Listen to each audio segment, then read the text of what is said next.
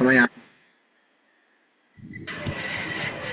ನಾರಾಯಣಂ ನಿಖಿಲಪೂರ್ಣಗುಣೈಕದೇಹಂ ನಿರ್ದೋಷಮಪ್ಯತಮಪ್ಯಖಿಲೈಸು ವಾಕ್ಯೈಃ ಅಸ್ಯೋದ್ಭವಾದಿದಮಶೇಷವಿಶೇಷತೋಪಿ ವಂದ್ಯಂ ಸದಾ ಪ್ರಿಯತಮಂ ನಮಸನ್ನಮಾಮಿ. ಕೃಷ್ಣಾಯ ವಾಸುದೇವಾಯ ಹರಯೇ ಪರಮಾತ್ಮನೇ ಪ್ರಣತಃ ಕ್ಲೇಶನಾಶಾಯ ಗೋವಿಂದಾಯ ನಮೋ ನಮಃ.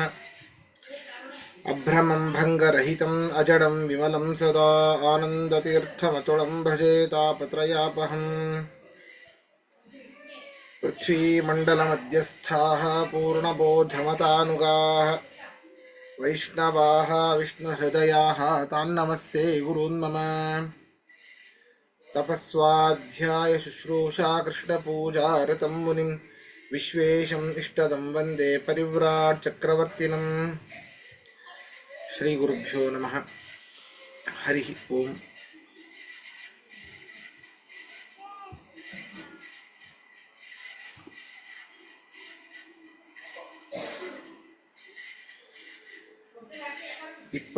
ಏಳನೇ ಅಧ್ಯಾಯದ 25ನೇ ಶ್ಲೋಕ ಆಗಬೇಕು. ನಾಹಂ ಪ್ರಕಾಶ ಸರ್ವಸ್ಯ ಯೋಗಮಾಯಾ ಸಮಾವೃತಃ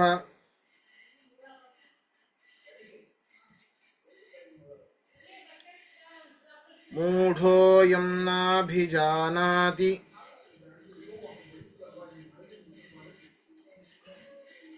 ಲೋಕೋ ಮಾಮಜಮವ್ಯಯಂ.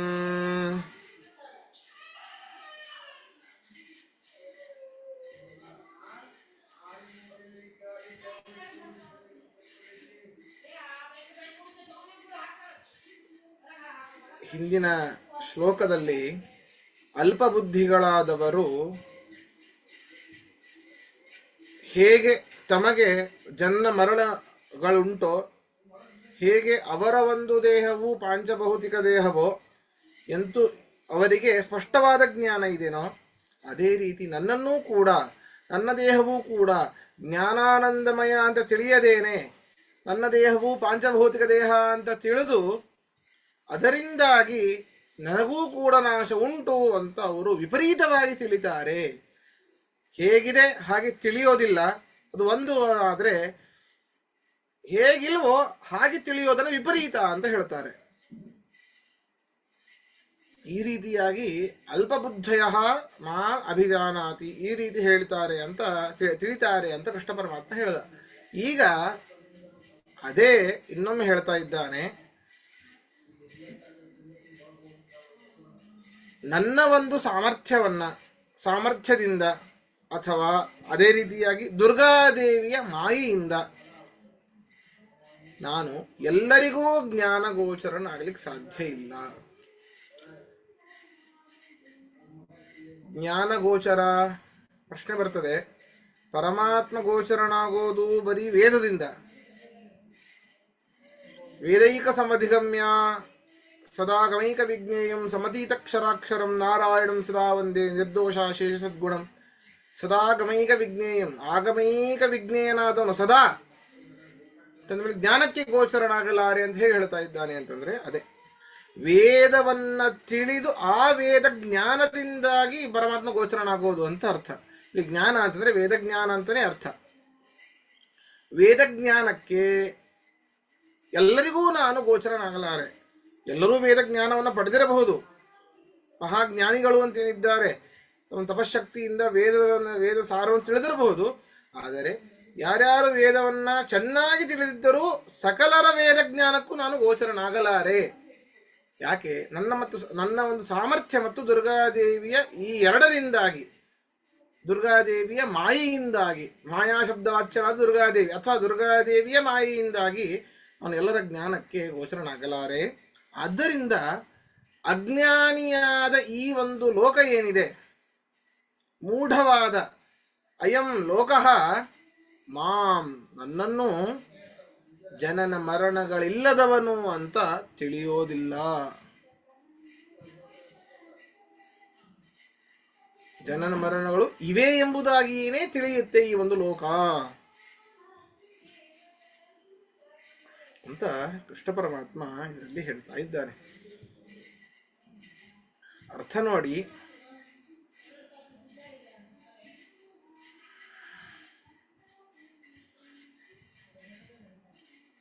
ಯೋಗೇನ ಬರ್ಕೊಳ್ಳಿ.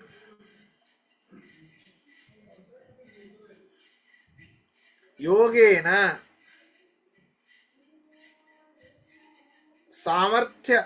ಸಾಮರ್ಥ್ಯ ರೂಪವಾದ ಉಪಾಯದಿಂದ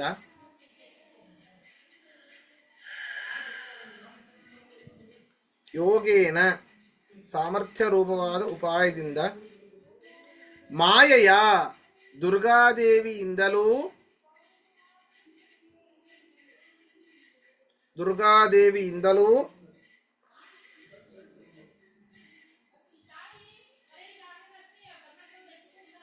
ಅಹಂ ನಾನು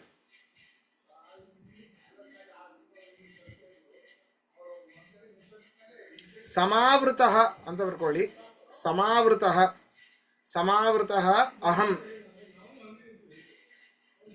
ಸಮಾವೃತಃ ಅಹಂ ಚೆನ್ನಾಗಿ ಆವರಿಸಲ್ಪಟ್ಟಿರುವ ನಾನು. ಸಮಾವೃತಃ ಅಹಂ ಚೆನ್ನಾಗಿ ಆವರಿಸಲ್ಪಟ್ಟಿರುವ ನಾನು. ನ ಸರ್ವಸ್ಯ ಪ್ರಕಾಶಃ ಎಲ್ಲರ ಜ್ಞಾನಕ್ಕೆ ವಿಷಯನಾಗುವುದಿಲ್ಲ. ಎಲ್ಲರ ಜ್ಞಾನಕ್ಕೆ ವಿಷಯನಾಗುವುದಿಲ್ಲ.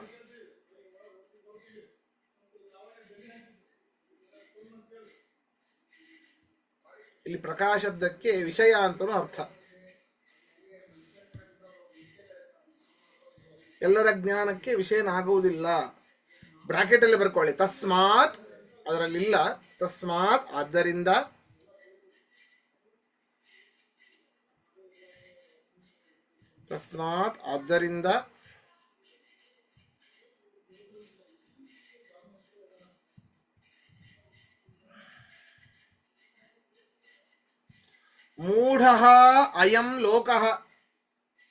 ಮೂಢಃ ಅಯಂ ಲೋಕಃ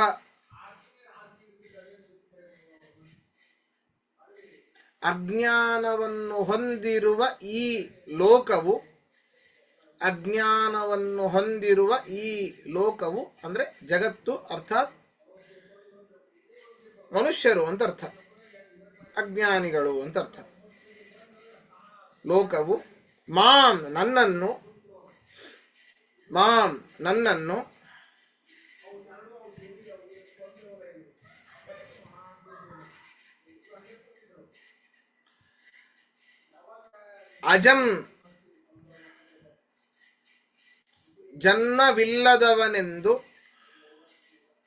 ಅಜಂ ಜನ್ಮವಿಲ್ಲದವನೆಂದು ಅವ್ಯಯಂ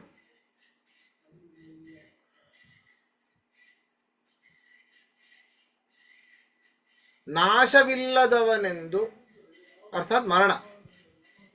ಅವ್ಯಯಂ ನಾಶವಿಲ್ಲದವನೆಂದು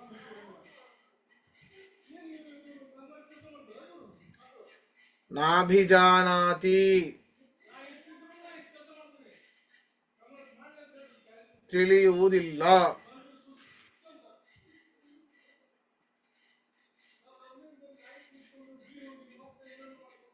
ನಾಭಿಜಾನಾತಿ ತಿಳಿಯುವುದಿಲ್ಲ.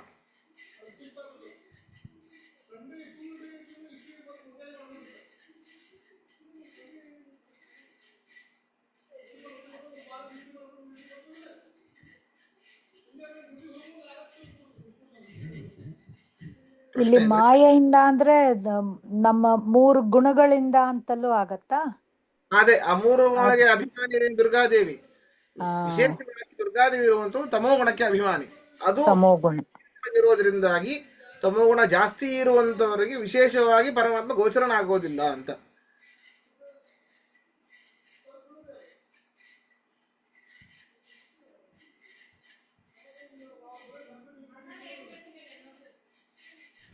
ಅಜ್ಞಾನ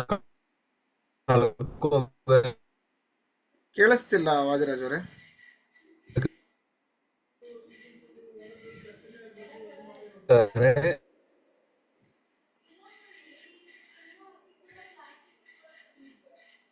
ನಾ ಹೇಳೋದು ಸರಿಯಾಗಿ ಕೇಳಿಸ್ತಿದ್ದೇನಾ?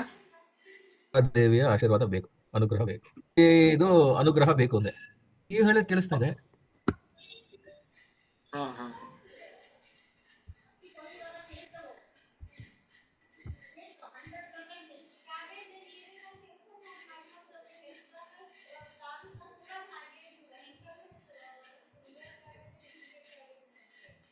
ಸರಿ, ಮುಂದೆ ಹೋಗೋಣ.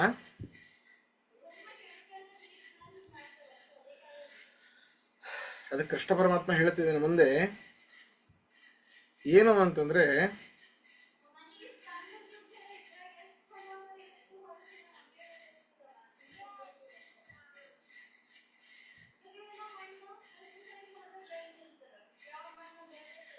ಅಲ್ಲ, ಈಗ ಹೇಗೆ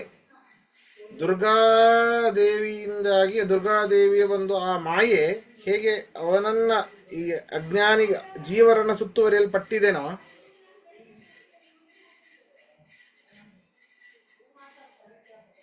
ಹಾಗೆ ನಿನ್ನನ್ನೂ ಸುತ್ತುವರಿಯಲ್ಪಟ್ಟಿದೆ. ಯಾಕೆ ಅದು ಕೃಷ್ಣ ಅದನ್ನೇ ಹೇಳೋದು, ನನ್ನ ಸಾಮರ್ಥ್ಯ ಮತ್ತು ದುರ್ಗಾದೇವಿಯಿಂದ ಅದರಿಂದ ಚೆನ್ನಾಗಿ ಆವರಿಸಲ್ಪಟ್ಟಿರುವಂತಹ ನಾನು ಅವರಿಗೆ ಗೋಚರನಾಗೋದಿಲ್ಲ ಅಂತ ಹಿಂದಿನ ಶ್ಲೋಕದಲ್ಲಿ ಹೇಳ್ದ. ಸಮಾವೃತಃ ಅಹಂ, ನನ್ನ ಸಾಮರ್ಥ್ಯದಿಂದ ದುರ್ಗಾದೇವಿಯ ಮಾಯೆಯಿಂದ ಆವರಿಸಲ್ಪಟ್ಟಿರುವಂತಹ ನಾನು ಅಂಥವರಿಗೆ ಸರಿಯಾಗಿ ಗೋಚರನಾಗೋದಿಲ್ಲ. ಅಲ್ಲ, ನಿನಗೂ ಆವರಿಸಲ್ಪಟ್ಟಿದೆ ಅಂತಂದ ಮೇಲೆ ನಿನಗೂ ಅಜ್ಞಾನವಿರಬಹುದು. ಯಾರ ವಿಷಯವಾಗಿ? ಜೀವರ ವಿಷಯವಾಗಿ. ಜೀವರು ಇಂಥವರು, ಇಂಥ ಕರ್ಮವನ್ನು ಮಾಡಿದವರು, ಅಜ್ಞಾನ ಇರಬಹುದು ಅಂತ ಶಂಕೆ ಬಂದ್ರೆ ಅದಕ್ಕೆ ಕೃಷ್ಣ ಪರಮಾತ್ಮ ಇದರಲ್ಲಿ ಹೇಳ್ತಾ ಇದ್ದಾನೆ, ಮಾಯೆಯಿಂದ, ಅರ್ಥಾತ್ ದುರ್ಗಾದೇವಿ ಒಂದು ಮಾಯೆ ಅಂತ ಏನಿದೆ ತಮೋಗುಣ, ಅದರಿಂದಾಗಿ ನನಗೆ ಯಾವುದೇ ರೀತಿಯಾದಂತಹ ಬಂಧಕಗಳಿಲ್ಲ. ಅದರ ಬಂಧನಕ್ಕೆ ನಾನು ಒಳಗಾಗುವವನಲ್ಲ. ಅದನ್ನೇ ಕೃಷ್ಣ ಹೇಳ್ತಾ ಇದ್ದಾನೆ, ವೇದಾಹಂ ಸಮತೀತಾನಿ ವರ್ತಮಾನಾನಿ ಚಾರ್ಜುನ ಭವಿಷ್ಯಾಣಿ ಚ ಭೂತಾನಿ ಮಾಂ ತು ವೇದ ನ ಕಶ್ಚನ.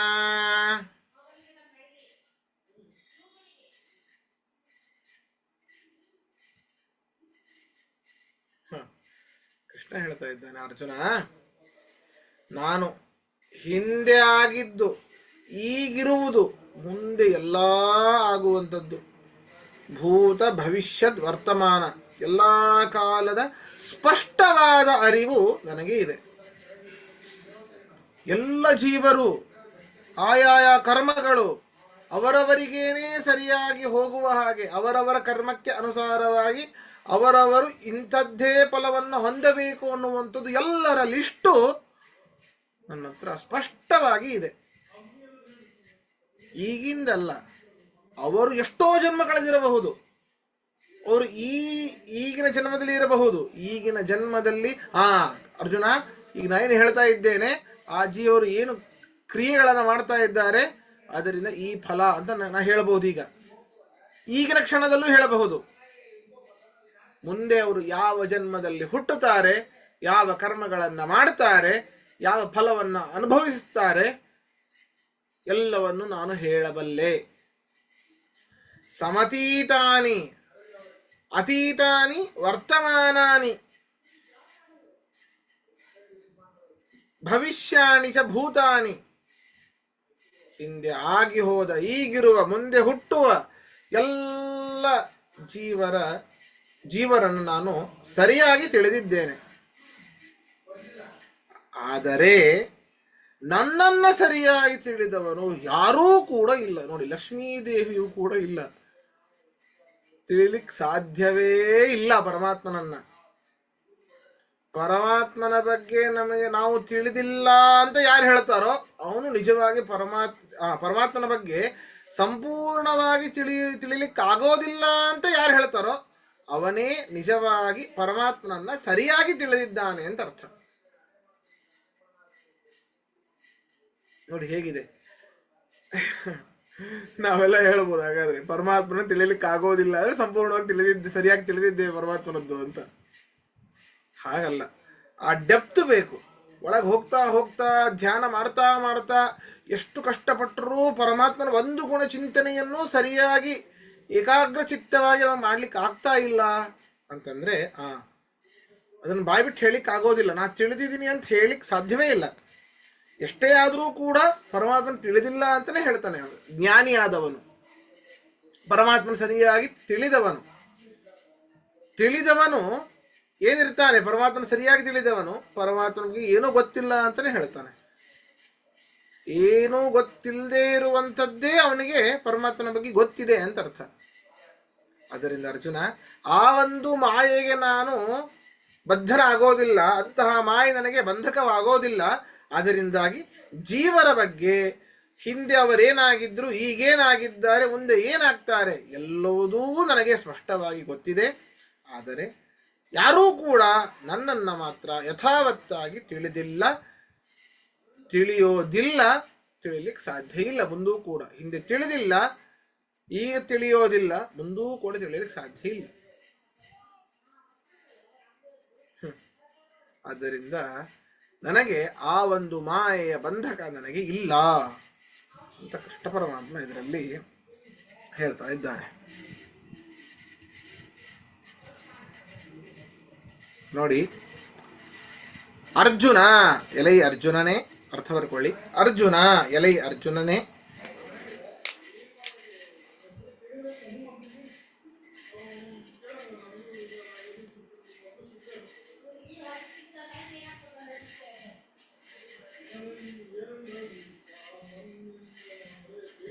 ಅರ್ಜುನ ಎಲೈ ಅರ್ಜುನನೇ,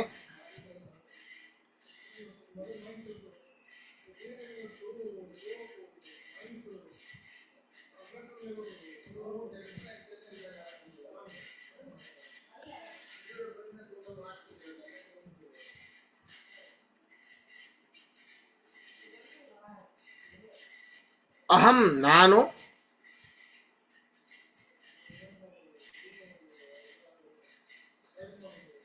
ಅಹಂ ನಾನು,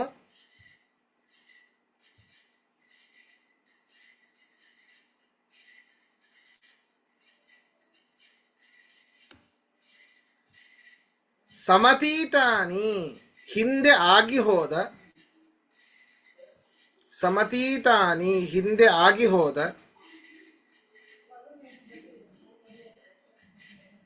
ವರ್ತಮಾನಾನಿ ಈಗಿರುವ, ವರ್ತಮಾನಾನಿ ಈಗಿರುವ, ಭವಿಷ್ಯಾಣಿ ಮುಂದೆ ಹುಟ್ಟುವ, ಭವಿಷ್ಯಾಣಿ ಚ ಮುಂದೆ ಹುಟ್ಟುವ,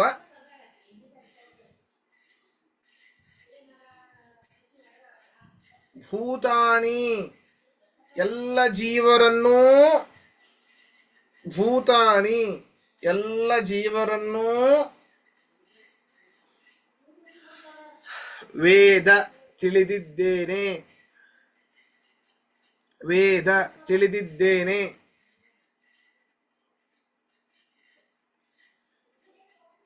ತು ಆದರೆ,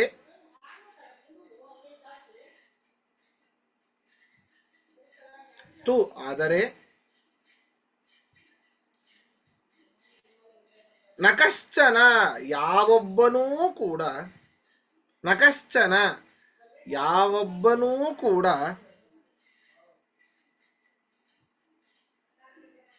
ಮಾಂ ನನ್ನನ್ನು, ಮಾಂ ನನ್ನನ್ನು,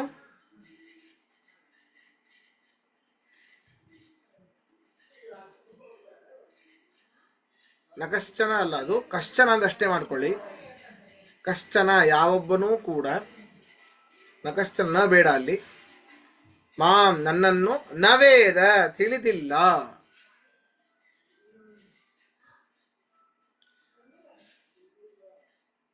ನವೇದ ತಿಳಿದಿಲ್ಲ. ಪ್ರಶ್ನೆ ಇದ್ರೆ ಕೇಳಿ.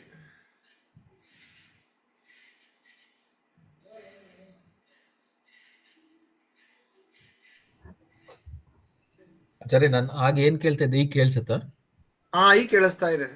ತುಂಬಾ ನಾನು ಹಾಗೇನ್ ಓಕೆ, ಆಗ ನಾ ಏನ್ ಹೇಳ್ತಾ ಇದ್ದೆ ಅಂದ್ರೆ, ದುರ್ಗಾದೇವಿ ಅನುಗ್ರಹ ಇಲ್ಲ ಅಂದ್ರೆ ಅಜ್ಞಾನ ಕಳಚ್ಕೊಳ್ಳೋದಕ್ ಆಗೋದಿಲ್ಲ.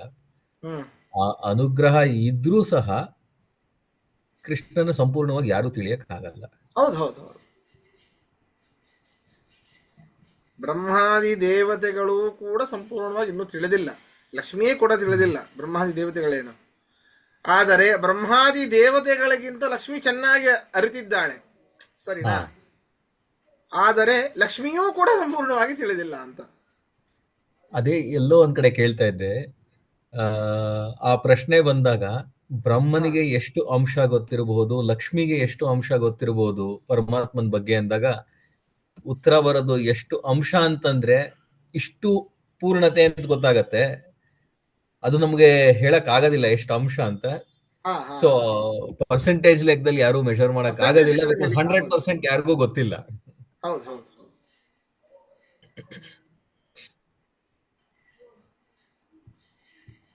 ಸರಿ ಆಚಾರ್ಯ.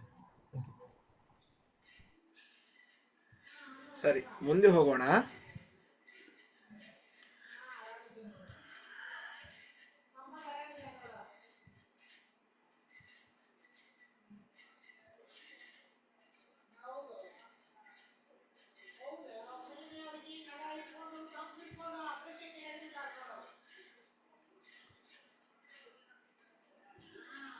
ಈಗ ಆ ಮಾಯೆ, ದುರ್ಗಾದೇವಿಯ ಒಂದು ಮಾಯೆ ಇಂದಾಗಿ ಆವರಿಸಲ್ಪಟ್ಟಂತಹ ಪರಮಾತ್ಮನ ನಿಜಸ್ವರೂಪ ಜೀವರಿಗೆ ಗೊತ್ತಾಗೋದಿಲ್ಲ. ಅದು ಮುಖ್ಯವಾಗಿ ಕಾರಣ. ಮುಖ್ಯವಾಗಿ ಪರಮಾತ್ಮನನ್ನ ಸರಿಯಾಗಿ ತಿಳಿಲಿಕ್ಕೆ ಕಾರಣ ಮಾಯೆಯಿಂದಾಗಿ, ದುರ್ಗಾದೇವಿಯ ಮಾಯೆ ಇರುವುದರಿಂದ ಅಂತ. ಅಷ್ಟೇ ಅಲ್ಲ, ಅದು ಪ್ರಧಾನ, ಅದು ಮುಖ್ಯ. ಆದರೆ ಇನ್ನೂ ಇದೆ. ಈಗ ಒಂದು ಮಡಿಕೆ ಮಾಡಲಿಕ್ಕೆ ಪ್ರಧಾನವಾದ ಕಾರಣ, ಆಗಿನ ಕಾಲದ ಬಗ್ಗೆ ಹೇಳ್ತಾ ಇದ್ದೇನೆ. ಒಂದು ಮಡಿಕೆ ಮಾಡಲಿಕ್ಕೆ ಪ್ರಧಾನ ಕಾರಣ ಅಂದರೆ ಅಸಮವಾಯಿ ಕಾರಣ ಅಂತಂದರೆ, ಅದು ಇಲ್ಲದೇನೆ ಆಗೋದೇ ಇಲ್ಲ ಅಂತಂದರೆ ದಂಡ. ಮಣ್ಣಿದೆ, ನೀರಿದೆ, ಚಕ್ರ ಇದೆ, ಎಲ್ಲ ಇದೆ. ತಿರುಗಿಸ್ಲಿಕ್ಕೆ ಆ ಒಂದು ಚಕ್ರವನ್ನು ತಿರುಗಿಸ್ಲಿಕ್ಕೆ ಕೋಲೇ ಇಲ್ಲ ಅಂತ ಆದರೆ ಅದು ಆಗೋದೇ ಇಲ್ಲ. ಸರ್ ಆಚಾರ್ಯ ಮಣ್ಣು ಬೇಕಲ್ಲ ಅಂತ ಹೇಳ್ತೀರಿ. ಮಣ್ಣು ಉಪಾದಾನ ಕಾರಣ, ಮಣ್ಣು ಮಡಿಕೆಯಾಗಿ ಪರಿಣಾಮ ಹೊಂದತ್ತೆ, ಹೌದಾ? ಆದರೆ ಇದನ್ನ ಹೇಗೆ ದಂಡವು ಅಸಮವಾಯ ಕಾರಣ ಅಂತ ಆಗುತ್ತೋ, ಪ್ರಧಾನ ಕಾರಣ ಅಂತ ಹೇಗಾಗುತ್ತೋ, ಹಾಗೆ ಈ ಒಂದು ಮಾಯೆಯನ್ನು ಒಂದು ಪ್ರಧಾನ ಕಾರಣ. ಅಪ್ರಧಾನ ಕಾರಣ, ಮಡಿಕೆ ಮಾಡುವ ವಿಷಯದಲ್ಲಿ ಅಪ್ರಧಾನ ಕಾರಣ ಅಂತಂದ್ರೆ ಈ ಯಾರು ಕುಲಾಲ ಅಂತಂದ್ರೆ ಕುಂಬಾರ, ಮಣ್ಣನ್ನ ಹೊತ್ತು ತಂದಿರುವಂತಹ ಎತ್ತೋ ಕತ್ತೆನೋ ಇತ್ಯಾದಿಗಳು ಇವೆಲ್ಲ ಅಪ್ರಧಾನ ಕಾರಣ. ಅವುಗಳೂ ಕಾರಣವೇನೆ. ಹಾಗೆ ಈ ಒಂದು ಪರಮಾತ್ಮನನ್ನ ಸರಿಯಾಗಿ ತಿಳಿಯದೇ ಇರುವುದಕ್ಕೆ ಮಾಯೆ ಒಂದು ಪ್ರಧಾನ ಕಾರಣ. ಅಪ್ರಧಾನ ಕಾರಣ ಏನು ಅಂತಂದ್ರೆ ನಮ್ಮಲ್ಲಿ ಇರುವಂತಹ ರಾಗದ್ವೇಷಗಳ ವೃದ್ಧಿ, ಅದರಿಂದ ಉಂಟಾಗುವಂತಹ ಸುಖ ದುಃಖಗಳು, ಅದರಿಂದ ಆ ಒಂದು ದ್ವಂದ್ವದಲ್ಲಿ ಸಿಲುಕಿ ನಾವು ಮೋಹವನ್ನ ಪಡಿತೇವೆ. ಮೋಹದಿಂದಾಗಿ ಜೀವದ ಅಭೇದವನ್ನ ಪರಮಾತ್ಮನಲ್ಲಿ ಕಾಣುತ್ತೇವೆ. ನಮಗೆ ನಾಶ ಇದೆ, ನಮಗೆ ಪಾಂಚಭೌತಿಕ ದೇಹ ಇದೆ, ನಮಗೆ ಹೇಗೆ ಇಂದ್ರಿಯ ಇದೆ, ನಮಗೆ ಹೇಗೆ ಹಸಿವು ತೃಷೆಗಳಿದೆ, ಹಾಗೇನೆ ಪರಮಾತ್ಮನಿಗೂ ಇದೆ. ಪರಮಾತ್ಮನಿಗೂ ನಾಶ ಇದೆ, ಅವನಿಗೂ ಪಾಂಚಭೌತಿಕ ದೇಹ ಇದೆ ಅಂತ ತಿಳಿಲಿಕ್ಕೆ, ಅಂತಹ ಭ್ರಾಂತಿ ಬರಲಿಕ್ಕೆ ರಾಗದ್ವೇಷಗಳು ಕಾರಣ. ಅದರಿಂದ ಉಂಟಾಗುವಂತಹ ಸುಖ ದುಃಖಗಳಿಂದ, ದ್ವಂದ್ವದಿಂದ ಜನ್ಯವಾದ ಮೋಹವು ಕಾರಣ ಅಂತ ಕೃಷ್ಣ ಪರಮಾತ್ಮ ಇದರಲ್ಲಿ ಹೇಳ್ತಾ ಇದ್ದಾನೆ. ಇಚ್ಛಾದ್ವೇಷ ಸಮುತ್ಥೇನ ದ್ವಂದ್ವ ಮೋಹೇನ ಭಾರತ ಸರ್ವಭೂತಾನಿ ಸಮ್ಮೋಹಂ ಸರ್ಗೇ ಯಾಂತಿ ಪರಂತಪ. ಏ ಭಾರತ, ಭಾರತಪುರದಲ್ಲಿ ಹುಟ್ಟಿದವನೇ, ಪರಂತಪ, ಶತ್ರು ಸಂಹಾರಕನೇ, ಶತ್ರುಗಳಿಗೆ ತಾಪವನ್ನು ಉಂಟು ಮಾಡುವವನೇ ಅರ್ಜುನ, ನೋಡು, ಇಚ್ಛಾದ್ವೇಷ ಸಮುತ್ಥೇನ, ರಾಗದ್ವೇಷಗಳಿಂದ ಉಂಟಾಗುವಂತಹ ದ್ವಂದ್ವ, ಅಂತಂದ್ರೆ ಸುಖ ದುಃಖಗಳು ಮೊದಲಾದ ದ್ವಂದ್ವಗಳು. ಇಚ್ಛಾ, ನಮಗೆ ಇಚ್ಛೆ ಇರ್ತದೆ, ಆ ಒಂದು ಕೆಲಸ ಆಗುತ್ತೆ, ಕೆಲಸ ಆಯಿತು, ಸುಖ ಸಿಗುತ್ತೆ. ಸುಖದಿಂದಾಗಿ ನಮಗೆ ಇದೇ ಒಳ್ಳೆಯದು ಅಂತ ಅದರ ಮೇಲೆಯೇ ಮೋಹ ಪಡ್ತೇವೆ. ನಮಗೆ ಇಚ್ಛೆ ಇರೋದಿಲ್ಲ, ರಾಗದಿಂದಾಗಿ ಸುಖ, ದ್ವೇಷದಿಂದಾಗಿ ದುಃಖ. ಅವರು ನಮಗೆ ಒಳ್ಳೆಯದನ್ನೇ ಮಾಡ್ತಾ ಇರ್ತಾರೆ, ಒಳ್ಳೆಯದನ್ನೇ ಬಯಸ್ತಾ ಇರ್ತಾರೆ. ಅವರನ್ನು ದೂರ ಮಾಡೋದು, ದ್ವೇಷದಿಂದಾಗಿ ಅವರೂ ನಮ್ಮ ಮೇಲೆ ಇನ್ನೂ ದ್ವೇಷವನ್ನು ಮಾಡೋದು, ಅದರಿಂದಾಗಿ ದುಃಖ. ಈ ರೀತಿ ಸುಖ ದುಃಖಗಳ ದ್ವಂದ್ವದಿಂದಾಗಿ ಭ್ರಾಂತಿಯಲ್ಲಿ ಬೀಳುತ್ತೇವೆ. ಭ್ರಾಂತಿಯಿಂದಾಗಿ ಎಲ್ಲ ಜೀವರು ಸೃಷ್ಟಿಯ ಆರಂಭದಲ್ಲಿಯೇನೆ, ನೋಡಿ, ನಾವೇನ ಹುಟ್ಟೇ ಇಲ್ಲ ಅಂತ ತಿಳ್ಕೊಳ್ಳಿ, ಪರಮಾತ್ಮನ ಉದರದಲ್ಲಿಯೇ ಇದ್ದೇವೆ, ಸೃಷ್ಟಿ ಆಗೇ ಇಲ್ಲ, ಬ್ರಹ್ಮದೇವರು ಬಂದಿಲ್ಲ ಅಂತಲೇ ತಿಳ್ಕೊಳ್ಳೋಣ. ಸೃಷ್ಟಿಯ ಆರಂಭದಲ್ಲಿಯೇನೆ ಭಗವದ್ ವಿಷಯದಲ್ಲಿ ಮಿಥ್ಯಾಜ್ಞಾನವನ್ನು ಹೊಂದಿರ್ತಾರೆ. ಅದು ಬಿಡಿ, ಸೃಷ್ಟಿ ಆದ್ಮೇಲೂ ಹೌದು. ಈಗ ನಮ್ಮ ದೊಡ್ಡವರೇ ಹೇಳ್ತಾ ಇರ್ತಾರೆ ಚಿಕ್ಕ ಮಕ್ಕಳಿಗೆ, ತಿಂದ್ಬಿಡು, ಇಲ್ಲ ದೇವರು ಬಂದು ಮೂಗು ಕೊಯ್ತಾನೆ. ಎಷ್ಟು ಭಗವದ್ ವಿಷಯದಲ್ಲಿ ಮಿಥ್ಯಾಜ್ಞಾನ ಇದೆ. ಸುಳ್ಳು ಹೇಳಬಾರ್ದು, ನಾಲ್ಗಿ ಕೊಯ್ತಾನೆ. ಅದರಿಂದ ಪಾಪ ಬರ್ತದೆ, ಪಾಪ ಪುಣ್ಯ ಹುಡುಗರಿಗೆ ಗೊತ್ತಾಗೋದಿಲ್ಲ ಅನ್ನೋದು ಹೌದು. ಆದ್ರೆ ಒಳಗೊಂದು ಅವರಿಗಿರುತ್ತೆ, ಹೌದಾ? ನಾವೆಲ್ಲ ಹೇಳ್ತೇವೆ, ಅಯ್ಯೋ ಎಂತ ಜಗಳಪ್ಪ ಅದು, ಮಹಾಭಾರತವೇ ನಡೆದೋಯ್ತು. ಹಾಗನ್ನಬಾರದು. ಭಗವದ್ ವಿಷಯಕವಾದ ಭಗವದ್ ಪುರಾಣಗಳನ್ನ ಎಲ್ಲೋ ನಡೆದಂತಹ ಜಗಳಕ್ಕೆ ಹೋಲಿಸಬಾರದು. ಅದೇ ರಾಮಾಯಣ ಬೆಳಗ್ಗೆಯಿಂದ, ಹಾಗನ್ನಬಾರದು. ಭಗವದ್ ವಿಷಯದಲ್ಲಿ ಈ ರೀತಿ ಮಾತುಗಳೇ ಬರಬಾರದು. ಅದರಿಂದ ಸೃಷ್ಟಿ ಆದ್ಮೇಲೂ ಇರೋದೇ, ಆ ಸೃಷ್ಟಿ ಆರಂಭಕ್ಕಿಂತ ಮುಂಚೆನೇ ಭಗವದ್ ವಿಷಯಕವಾದ ಮಿಥ್ಯಾಜ್ಞಾನ ಸಕಲ ಜೀವರೂ ಕೂಡ ಹೊಂದಿರುತ್ತಾರೆ. ನೋಡಿ, ಸಕಲ ಜೀವರೂ ಕೂಡ ಅವರ ಹಿಂದಿನ ಜನ್ಮದಿಂದ ಮಾಡಿದ ಒಂದು ಕರ್ಮಕ್ಕೆ ಅನುಸಾರವಾಗಿ ರಾಗದ್ವೇಷಗಳಿಂದ ಉಂಟಾಗುವ ಸುಖ ದುಃಖಗಳ ಮೊದಲಾದ ದ್ವಂದ್ವಕ್ಕೆ ಸಿಲುಕಿ ಅದರಿಂದ ಬಂದಂತಹ ಭ್ರಾಂತಿ ಅಥವಾ ಮೋಹದಿಂದಾಗಿ ಎಲ್ಲ ಜೀವರೂ ಕೂಡ ಸರ್ಗೇಯಾಂತಿ, ಸೃಷ್ಟಿಯ ಆರಂಭದಲ್ಲಿಯೇನೆ ನನ್ನ ವಿಷಯದಲ್ಲಿ ಮಿಥ್ಯಾಜ್ಞಾನವನ್ನು ಹೊಂದಿರುತ್ತಾರೆ. ಅರ್ಥಾತ್ ನಾನು ಪರಮಾತ್ಮ ಒಂದೇ ಎನ್ನುವುದಾಗಿ ಮಿಥ್ಯಾಜ್ಞಾನವನ್ನು ಹೊಂದಿರ್ತಾರೆ ಅಂತ ಕೃಷ್ಣ ಪರಮಾತ್ಮ ಇದರಲ್ಲಿ ಹೇಳ್ತಾ ಇದ್ದಾನೆ. ಇದರ ಪದಗಳ ಅರ್ಥವನ್ನ ನಾಳಿನ ಪಾಠದಲ್ಲಿ, ನಾಳೆ ಪಾಠ ಇಲ್ಲ, ಪಾಠ್ಯ, ನಾಡಿದ್ದಿನ ಪಾಠದಲ್ಲಿ ನೋಡೋಣ. ಇದರಲ್ಲಿ ಪ್ರಶ್ನೆ ಇದ್ರೆ ಕೇಳಿ.